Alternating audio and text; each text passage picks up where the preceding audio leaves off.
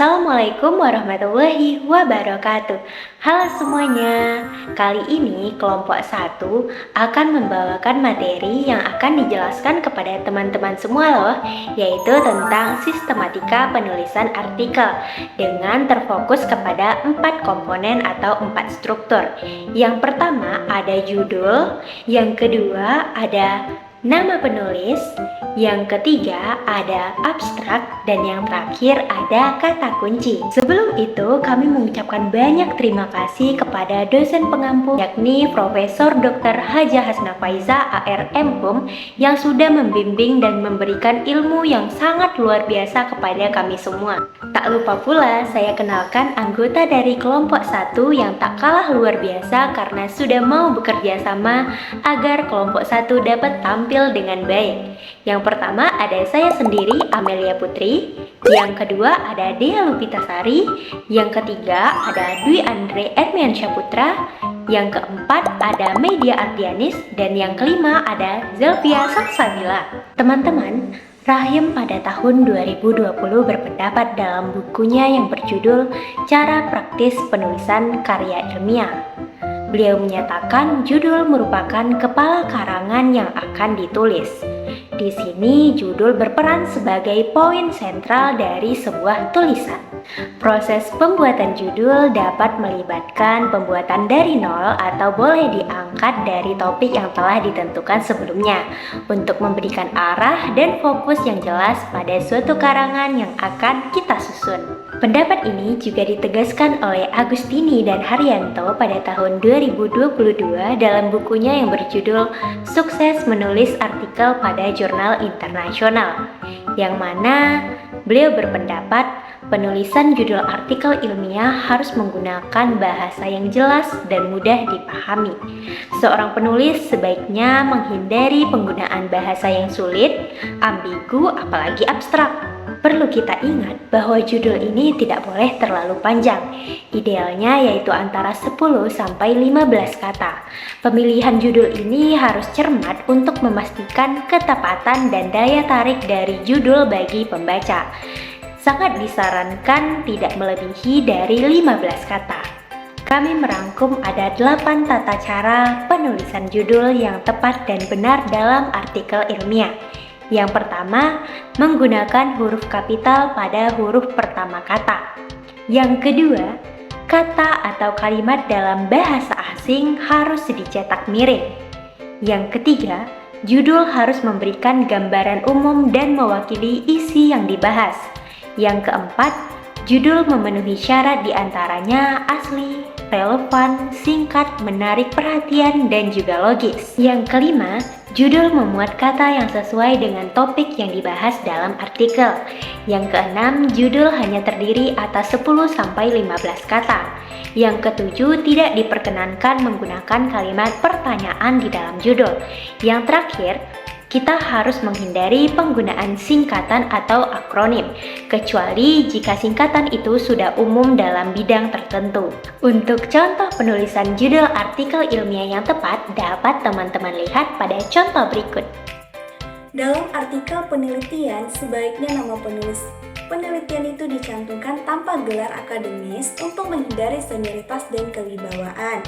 Nah, nama penulis ini dalam artikel ilmiah hanya dicantumkan pada institusi tempat ia bekerja dan tujuan utamanya yaitu pada korespondensi.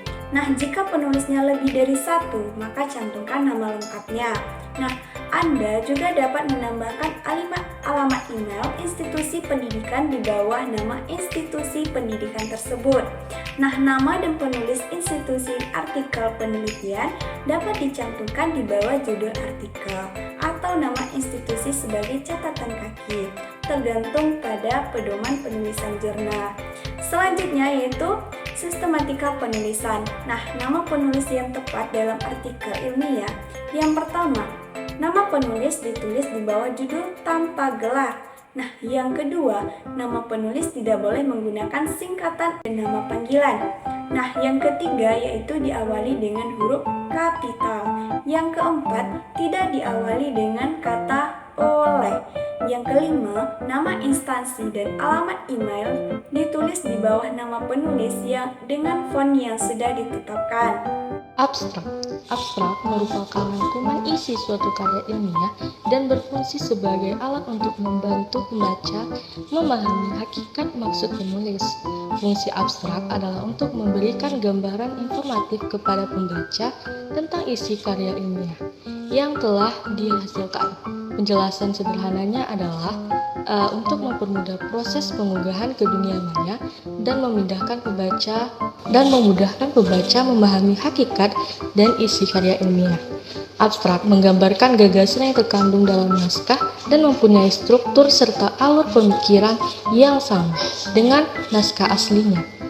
Dengan membaca abstrak, pembaca dapat merasa telah memperoleh informasi yang cukup mengenai isi naskah tanpa harus membaca keseluruhan isi naskahnya, kecuali gagasan ataupun bagian tertentu yang dirasa memerlukan eksplorasi lebih lanjut. Tujuan penulisan abstrak dalam sebuah karya tulis ilmiah. Adapun tujuan dari penulisan abstrak ini adalah untuk memberikan ringkasan tentang poin-poin terpenting dari sebuah makalah ataupun presentasi, termasuk pertanyaan penelitian, metode penelitian, dan temuan ataupun kesimpulan. Penulis dapat mendeskripsikan keseluruhan isi konseptual ataupun suatu ide secara tertulis. Penjelasan yang baik dapat membantu mempercepat revisi dan merupakan alat yang penting bagi pembaca untuk mengevaluasi artikel.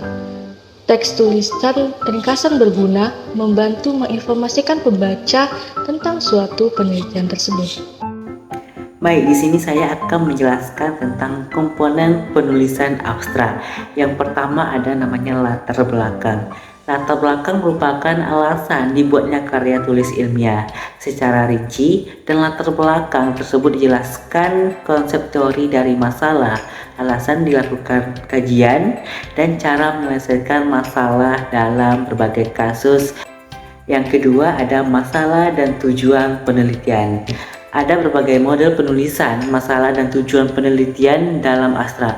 Ada yang menghendaki ditulis tujuan saja, dan ada yang menghendaki ditulis masalah dan tujuan penelitian. Yang ketiga ada metode dan pendekatan.